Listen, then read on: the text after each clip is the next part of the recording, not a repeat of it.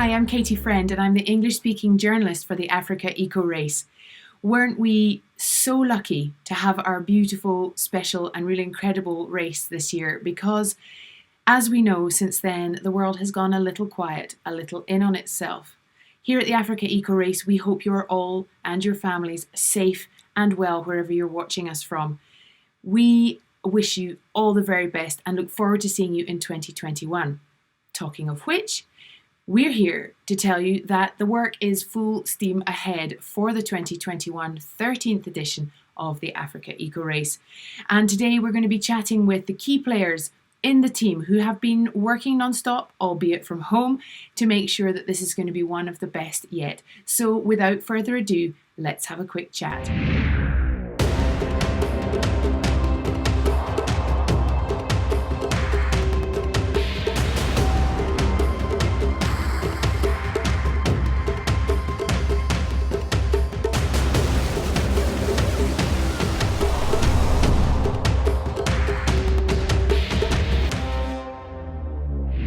Alors, bienvenue Jean-Louis Schlesser, Event Director de l'Africa Eco Race. Après cette crise sanitaire historique et difficile pour tous, comment allez-vous?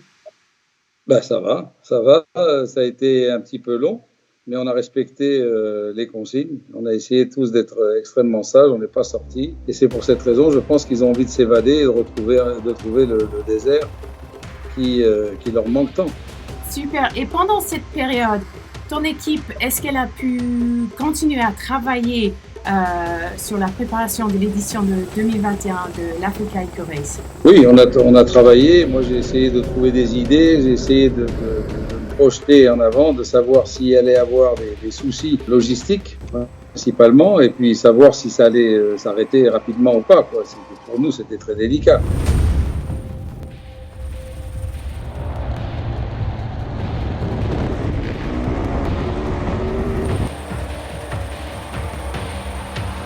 Quelles mesures sanitaires vous allez prendre pendant le rallye pour rassurer nous qui travaillons avec le rallye et puis pour les concurrents aussi? On va pas vraiment changer d'approche, on va simplement s'adapter s'il faut le faire.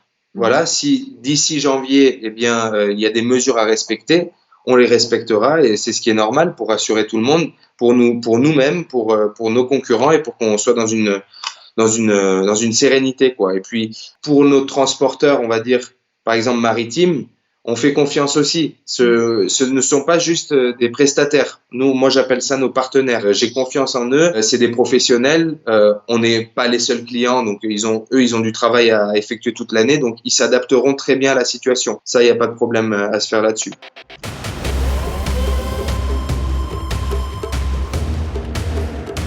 Que se passera-t-il en cas d'annulation due à Covid-19?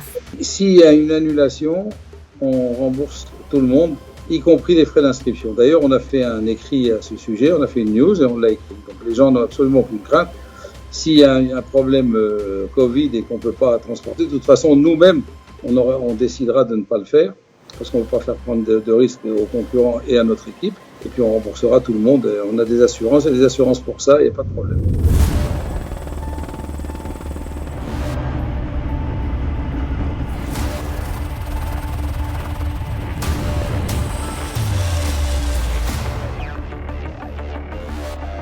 Gilles, bonjour. Vous pouvez m'expliquer la composition de l'équipe? En 2020, nous étions donc une équipe de 25 personnes. Nous avions 6 véhicules tout-terrain sur piste. Nous avions un véhicule fourgon PMA qui faisait la fermeture goudron. Et nous avions une semi-remorque qui faisait l'ouverture goudron et qui nous permettait le soir de faire un grand PMA, un poste médical avancé. Ensuite, on a 2 camions balais équipés avec des médicaux dedans. Et on a aussi 2 hélicoptères avec de l'organisation équipée aussi du staff médical. Bon, si le Covid s'améliore, on continuera comme on faisait avant. Certainement que ce qu'on fera cette année, c'est qu'on désinfectera nos PMA et notre ambulance un peu plus souvent. Et puis aussi, on fera en sorte peut-être de voir avec les concurrents sur le port du masque et des choses comme ça. Mais on va attendre un petit peu, mais de toute manière, nous nous adapterons avec le médecin-chef.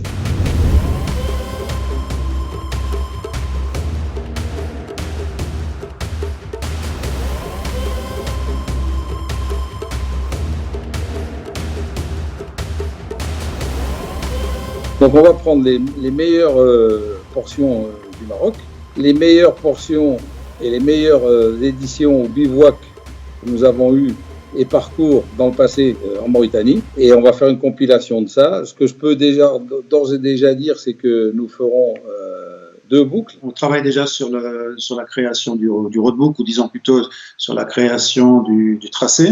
On connaît maintenant bien le Maroc et la Mauritanie, donc c'est pas trop un problème pour nous. Ce qu'on va essayer cette année de faire au niveau du tracé, de la beauté du rallye, c'est on va essayer de satisfaire aussi bien les concurrents que les assistances. C'est-à-dire on va éviter d'imposer aux assistances des très longues distances pour allier les bivouacs, et puis essayer de faire un maximum de boucles, ce qui arrange tout le monde. Et vous passez combien de temps normalement là-bas pour les reconnaissances? C'est entre 3 et 4 semaines pour les reconnaissances. Et puis après, une fois de retour, c'est entre 1 mois et demi et 2 mois de travail. Bonjour René, on attend une compilation des plus belles spéciales, des plus beaux bivouacs des dernières 12 éditions. Vous pourrez nous parler un petit peu de ça? C'est tout à fait ce qu'on essaye de faire et d'avoir. Alors, il faut bien sûr que tout ça s'emboîte, parce que c'est un puzzle, et donc il faut que chaque année trouve sa place. Mais on a déjà fait le Maroc, ou pratiquement. Par où on passe, le terrain va changer petit à petit, et on va arriver sur Darla, puisque à Darla on aura toujours la journée de repos, mais on arrive où là on est carrément dans le fin fond du désert. On est carrément au bout du désert, c'est là où il y a toutes les immensités. Donc tout le Maroc, ça va être en progression comme ça. Tous les jours, on va changer un petit peu d'itinéraire, et on va quitter la population pour aller vers le grand désert. En parlant du roadbook, pourquoi pas la création du roadbook électronique pour votre rallye? Au temps de Thierry Savine, c'était du papier. Et aujourd'hui encore, c'est du papier. Pendant de nombreuses années, j'étais copilote en voiture. D'abord pilote en moto, ensuite copilote en voiture. Pour moi, un copilotage se fait avec un papier, avec un roadbook papier que l'on prépare la veille, qu'on étudie, qu'on essaie de comprendre, et pour être très fluide le lendemain dans la voiture. Parce qu'une voiture qui va vite, c'est grâce à la voiture, c'est grâce au pilote, et bien sûr aussi grâce au copilote. Et c'est un ensemble qui fait que c'est un rallye qui doit être plaisant. Moi, la seule chose qui me fait un peu peur, c'est que, bon, d'une part, déjà, les copilotes ne pourront pas travailler correctement, et puis que s'il y a une panne, qu'est-ce qu'on fait? Le véhicule sera immobilisé parce qu'il ne pourra plus continuer sans roadbook. Un roadbook papier ne peut pas tomber en panne.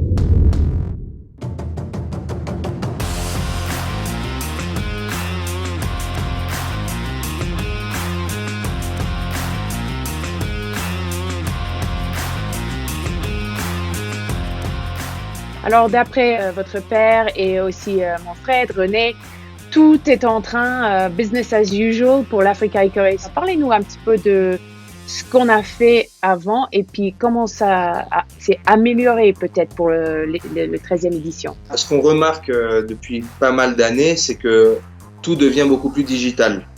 Les gens sont beaucoup plus connectés, les gens sont beaucoup plus sur leur téléphone, sur leur iPad, etc.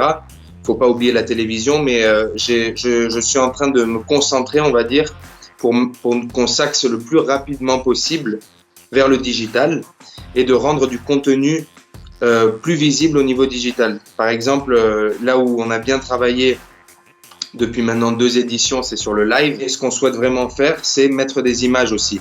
Donc c'est-à-dire qu'en fait, ça sera un format peut-être un tout petit peu plus long, mais ça permettra aux gens de voir qu'est-ce qui s'est passé dans la journée au niveau sportif aussi.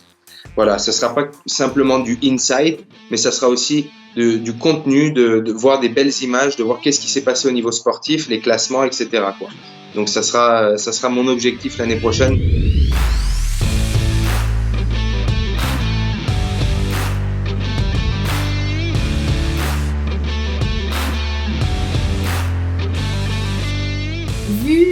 des changements du règlement technique de la FIA.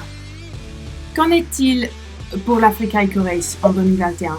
Ben on suit les règles principales de la FIA au niveau de la sécurité et tout ça, mais par exemple, si je prends le règlement des SSV, pour parler de ça, nous, on a mis les moteurs atmosphériques, par exemple, les gens doivent le lire, notre règlement, mais enfin, les moteurs Atmo, on leur met 100 kg de moins que les moteurs turbo.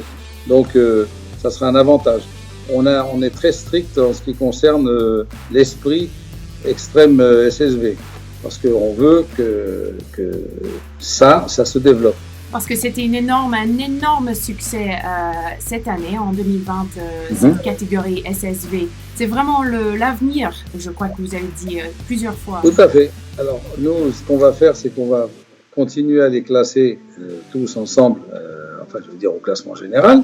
Mais ensuite, nous allons vraiment faire un classement spécifique pour chaque catégorie. C'est-à-dire que le classement général, camion, voiture, SSV, tout le monde. Et ensuite, il y aura un classement séparé pour les camions, pour les SSV et pour les T3. Et puis pour les euromotrices, bien sûr.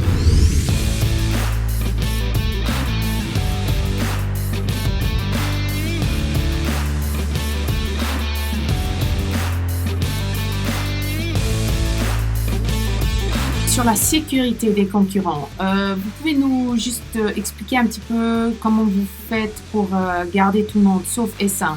La sécurité commence déjà pendant les reconnaissances. C'est-à-dire que pendant les reconnaissances, on essaie déjà de trouver des passages, des pistes, des endroits qui ne sont pas dangereux et qui ne sont pas trop rapides.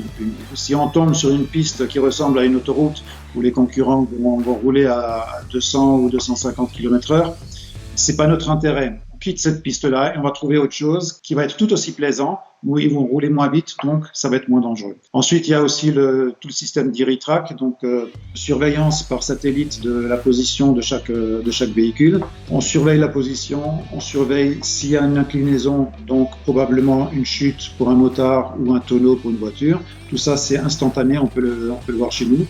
Ces appareils, ils ont aussi le téléphone embarqué. C'est-à-dire, s'ils ont un doute ou s'ils ont un problème, un accident ou pour quelqu'un d'autre, ils peuvent appeler le PC Course. Il y a une nouveauté pour l'Africa Race 2021.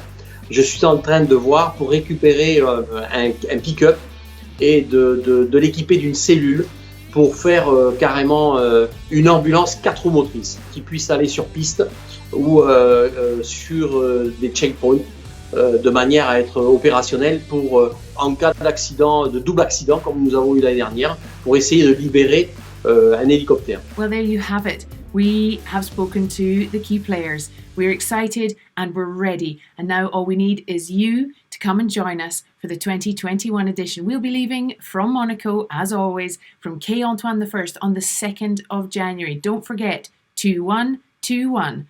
Very easy to remember. We'll see you there. Enjoy the rest of the year. Please stay safe.